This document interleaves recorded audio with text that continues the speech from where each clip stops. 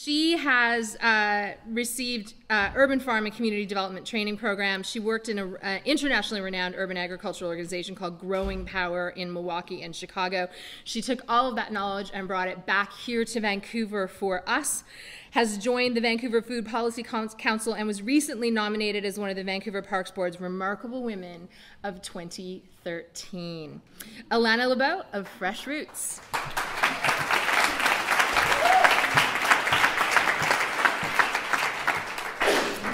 Thank you, Ilana. Dirty girl, that made my heart race. I think that is in reference to build a farm on school grounds, which we did a couple weeks ago, the first of its kind in Canada, actually, required moving 350 yards of soil, which took 4 days with a whole slew of community members. And so I'm assuming the dirty girl meant that I spend a lot of time in soil with a lot of different kinds of people.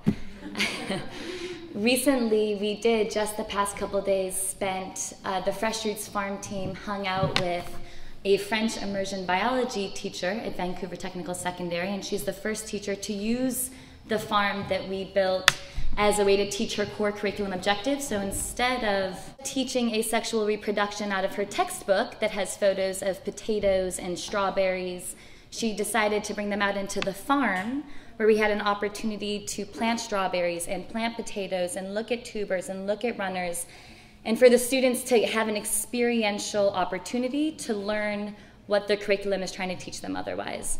And there were tons of students just glowing about how stoked they were to take a quiz the next day because they really got it this time. Wow, that was a lot of explanation around the dirty girl, but I got really inspired to also speak about abundance, actually, because my story is quite different than Ilana's. I was raised by a mother that was raised in communism and actually spent a lot of her childhood waiting in bread lines and meat lines to be able to eat food. So when I was growing up in Chicago, her and my father were in the midst of starting their own business with a big dream and desire for us children to be raised in an abundance that they didn't know. And I ate a lot of microwave dinners. And I ate a lot of Chicago deep dish pizza and a lot of bagels and cream cheese.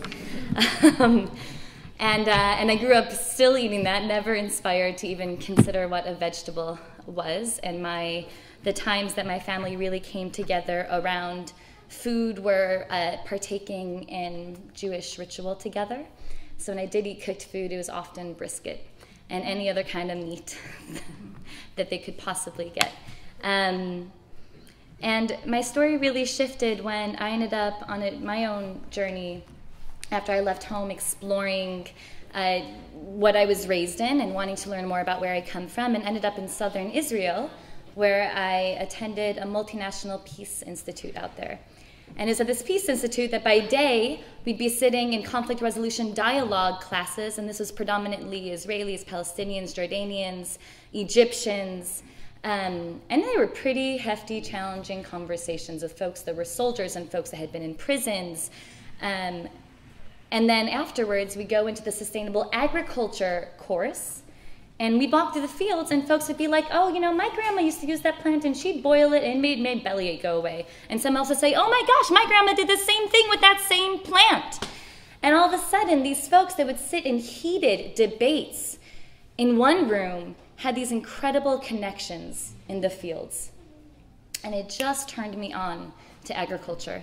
And it was also from this same woman that taught that course I had an opportunity to begin to learn about agriculture and organic agriculture and sustainable agriculture methods, and she does renowned work in that region with folks from all over the place. And from there, I ended up here in Vancouver at UBC and then back in Chicago, where I come from, working with Growing Power. And Growing Power, we were building urban farms as ways to grow food, to sell back into the neighborhood, but also as spaces to teach basic vocational skills to high school-aged youth, as well as spaces for folks to come together in fairly challenging neighborhoods in the city. The farms are always safe spaces, gathering spaces, community-inclusive spaces. So here in Vancouver, Fresh Roots started as a backyard garden project that quite quickly got invited by Queen Alexandra Elementary School to help reclaim an area of their garden that was no longer being used. And we turned it, Fresh Roots, we turned it into a small working farm. And we found there was something about the visual of a working farm, different than a school garden, different than a community garden, that young people were farmers and actively present and consistent every day, that before we knew it, students could not get enough of us. They wanted to come and hang out with us and do everything that we were doing and everything that we were eating. And I mean, I say this all the time, but we literally have watched young boys arm wrestle over broccoli flowers. And we watched how the garden began to influence these young people's food choices. And it wasn't just the young people, it was also the community members in the neighborhood. We would have parents come and tell stories about their grandma did this, and I was raised on this farm, and elders would come who we couldn't communicate verbally with and share seeds with us and teach us how to sow them and teach us how to hoe them, teach us how to build trellises so the plants could grow strong. And before we knew this, more schools wanted something like this. Teachers were seeing the opportunity to offer curriculum in the garden. And it just became this astounding space for intergenerational knowledge sharing and cross-cultural knowledge sharing. And after 3 years of a lot of amazing drafts and work, we recently signed a first-of-its-kind licensing agreement that allows us to build farms on school property. Yeah. I only have a few minutes, so I got to keep going. And only 2 minutes. I also want to say that really came about because of Van City. We're another organization that, on a much smaller scale, when we wanted to do this, I went to Van City to say, hey, can you guys, can we get money for this?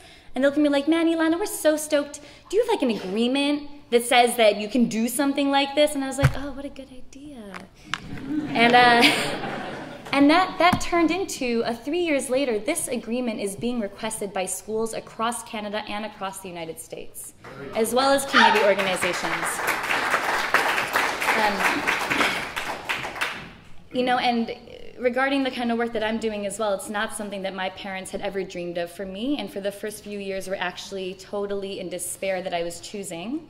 And then Van City, we won a first prize in a Good Money Impact Venture Challenge that they held last year. And it was the first time my parents could look at what we were doing and say, wow, we're proud of you. And I think before I end, what I really want to get into is that part of what the schools are also so excited about is that it's not just the good feeling of food, but it's also the lesson of the marketplace. Is that the students, 1,600 students at Van Tech, as well as students across the district, are witnessing young people what happens when you choose to work hard, learn about what you believe in, and become accountable and disciplined and focused. That with that, a project can grow, and then with that, a client can be created for the food to sell. And from what we've witnessed in our school gardens, now we have hospitals calling and long-term care facilities and neighborhood houses and developers all looking at how brilliant would it be to engage community farms in our landscapes, in our urban landscapes, as spaces that aren't just encouraging people to want to eat food and become advertisements for broccoli and create clientele for all of the businesses here in this room, but as opportunities to really engage diverse neighborhood residents in something that everybody has an opportunity to connect in. Because food is such a timeless, universal act of community. And what we really found at our school garden recently is that all the teachers came together and they said, man, we wanted to do this. This is actually our farm manager saying, we wanted to do this, we got together, and we made it happen. And now the teachers in the school are saying, you guys have us believe that we can actually achieve our dreams. So we're stoked to see the ways in which our community farms can contribute to growing food in neighborhoods, but also how can they contribute to becoming spaces where people can believe that they can once again achieve their dreams. So I think that's what keeps me in this the most.